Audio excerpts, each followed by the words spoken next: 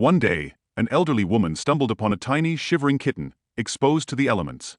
The more she watched the little furball grow, the more peculiar his habits became, piercing yellow eyes that never seemed to fully focus on anything, and erratic, illogical leaps that baffled her. When the truth was revealed, Grandma was stunned. The kitten wasn't who he appeared to be. The secret surrounding him ran much deeper. One crisp autumn evening, just as a peaceful quiet settled over the living room, it was unexpectedly disrupted by a strange rustling sound. Martha, startled, froze with her teacup in hand, listening intently. The sound repeated, a faint plaintive mew that seemed to echo distantly from the yard. Feeling a growing unease and a slight quickening of her heartbeat, the elderly woman, despite her age, resolutely got up from her armchair, threw a shawl over her shoulders, and quickly headed outside. The dim porch light barely illuminated the surrounding darkness, and the night seemed to grow thicker, so every whisper of the wind, every rustle of leaves, and creak of the trees penetrated her senses with unnerving intensity. The sound she heard was growing louder, demanding her immediate attention.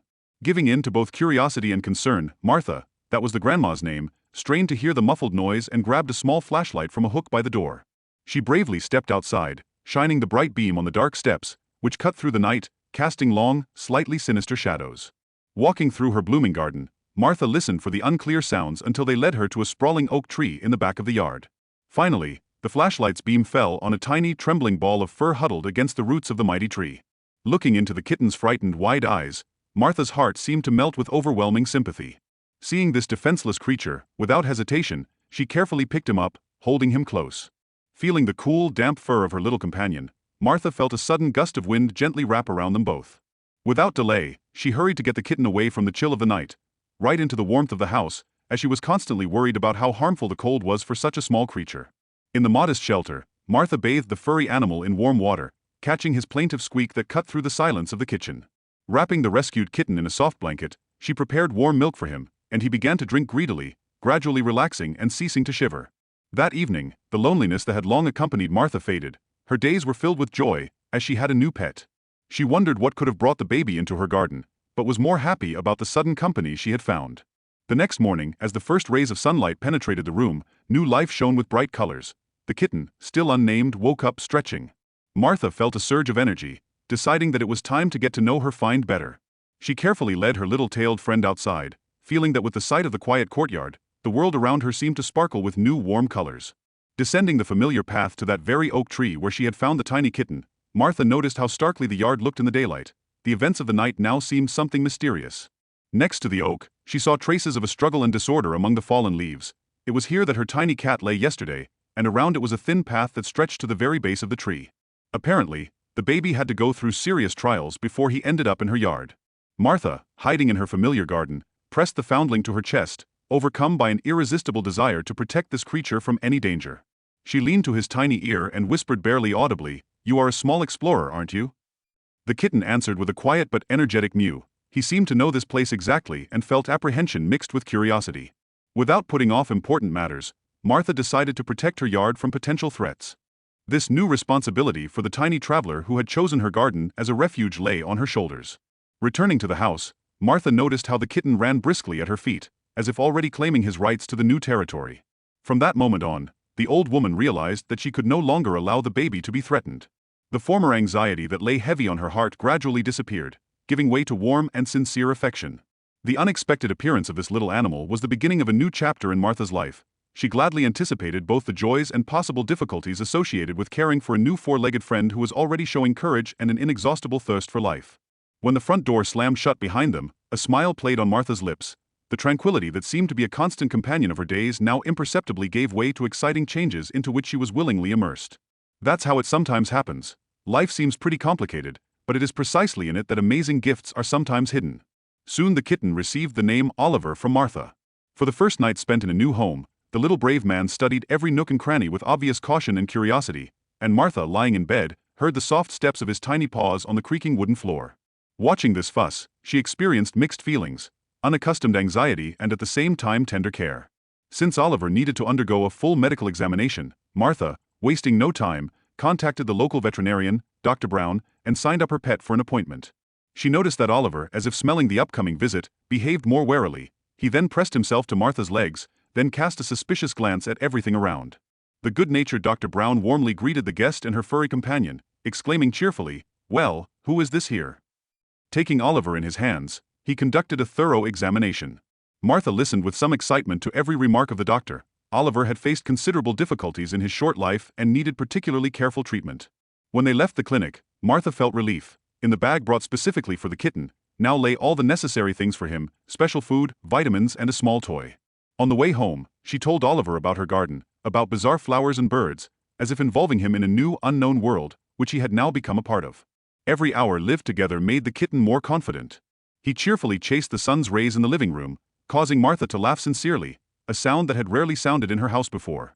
By the evening, comfortably settled in her chair, she suddenly caught herself thinking that she had not experienced such a warm feeling for a long time. Oliver, content, curled up on her lap, purring softly. And then Martha realized that his appearance had transformed her daily routine, illuminating days and nights with new meaning and closeness.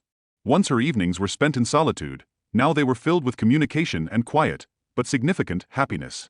Looking at the sleeping Oliver, Martha felt a deep responsibility, as well as a burst of tender love. It was clear that Oliver was rapidly adapting to the new conditions, and even more obvious that he had firmly occupied a special place in her life, giving her quiet joy. As days passed and weeks transitioned, Martha began to notice something unusual. Oliver, being a kitten, behaved differently than all the pets she had known before. One day she was sitting by the window with a cup of fragrant tea in her hands and saw Oliver sneaking with unexpected intensity and precision. His movements could not be called playful, they were like honed actions of a hunter. His yellow eyes seized any movement from the twilight, and when a leaf fell outside, he instantly darted to the glass.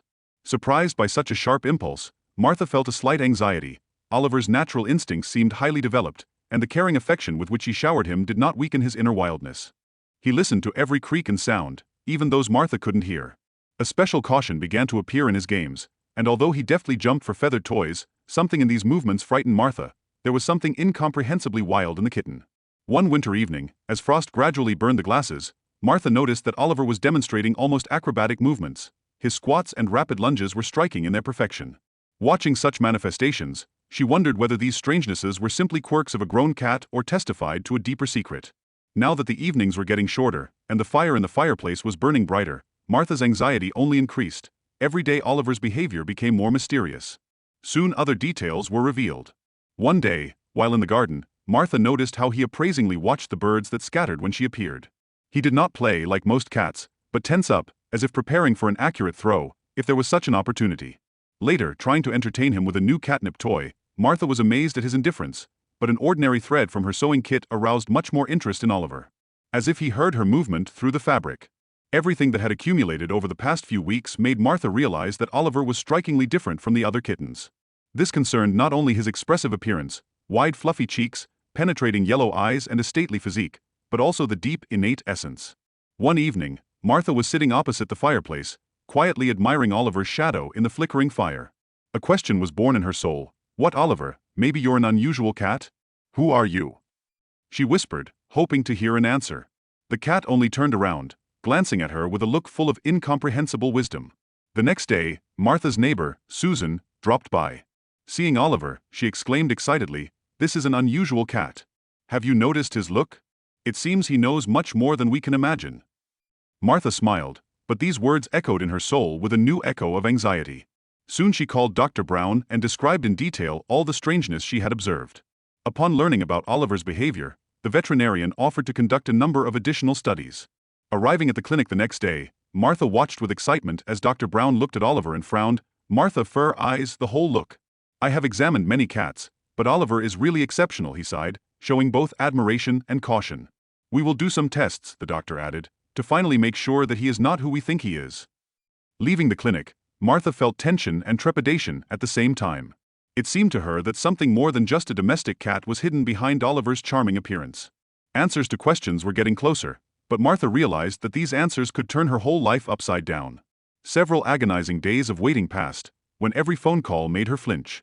And finally, Dr. Brown called, and Martha answered with a trembling voice, "Mrs. Thompson, we have received the test results." Hearing the doctor's hesitant intonations, she felt a growing coldness in her chest. "What did you find, doctor?" Martha said, looking at Oliver, who was sitting on the windowsill and looking at the world through the glass with his deep, impenetrable gaze. The doctor cleared his throat and said slowly, "Oliver's genetic markers are extremely rare for cats, moreover, they suggest." And Martha felt as if she had been struck by an icy wind. It turned out that Oliver was most likely a rare wild cat, which is sometimes mistaken for domestic ones when they are still very young. He may have come from the species found in Central Asia. Shocked, Martha realized that she was holding a wild beast under the roof, who had adapted to domestic life only because of her young age. Dr. Brown explained the legal and ethical consequences of such a discovery. Wild cats are protected by laws, and keeping them at home requires a conscious approach. We have to decide what to do with Oliver next, he said, because preserving wild species is not easy and often follows strict rules. Martha, looking at her furry friend, realized that she faced a difficult choice. Oliver, feeling her scattered look, quietly jumped on her lap. His thick silver fur no longer seemed just fluffy to her. Now she saw in him the breed of a wild predator, who mistakenly took her for his pack. But the connection between them was already very deep. To give up on it meant to experience a sudden but necessary loss. Over the next few days, Martha reflected heavily. She read about the behavior of wild cats and realized that her home, no matter how cozy it was, did not meet Oliver's needs. After reading the information of rehabilitation centers, she began to realize that the best solution would be to transfer the cat to specialists who would help him return to his natural environment or at least live in conditions close to it. After contacting Dr. Brown and a representative of the Wildlife Conservation Center, Martha arranged a meeting. Being in the familiar veterinary office, she forced herself and said, "I want the best for him. If he is a wild cat, he is entitled to a life in the wild, not in captivity." So came the day of parting. Martha, with tears in her eyes, carefully put Oliver in the carrier. Before the car door closed, she said quietly, "Goodbye, my dear Oliver." A small paw touched the edge of the carrier. Her furry friend seemed to want to linger for another moment. But the car moved, and Martha remained on the doorstep of the house, feeling tears fall down her cheeks like hail. The pain of separation was sharp, but next to it flickered a warm relief. Somewhere in the distance Oliver was waiting for real freedom. Over time, Martha regularly received reports on Oliver's progress at the rehabilitation center. Each report evoked mixed feelings, pride and longing. Specialists noted that he was becoming stronger, faster, and hunting instincts were coming to life before his eyes. After a while, the long-awaited news came: Oliver is ready to return to the wild. On the appointed day, Martha headed to the reserve, her heart pounding with excitement and sadness.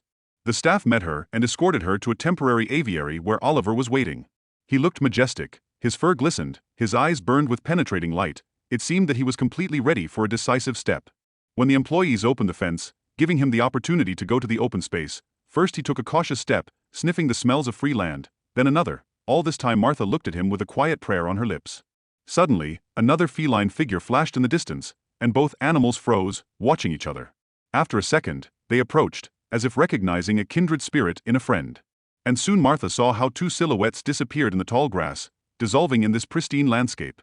Tears flowed down Martha's face, but a smile still illuminated her features. Oliver had found the true freedom he deserved. Although parting caused her pain, she felt grateful for being able to become a connecting bridge between Oliver's former life and his true destiny. In the evening of the same day, when the sun hid behind the horizon, Martha turned for the last time towards the reserve and felt a deep harmony in her heart. Oliver, a fluffy kid who once trembled from the cold, returned to the nature that had been calling him from the very beginning. Thus, the story of Martha's life acquired a new meaning. She learned to carefully treat the power of the wild world, learned to let go of those who need freedom, and discovered in herself a depth of feelings she did not know existed. Oliver no longer lived with her, but remained in her memories forever, bright and warming, like the flickering flame of a fireplace on a fierce winter evening.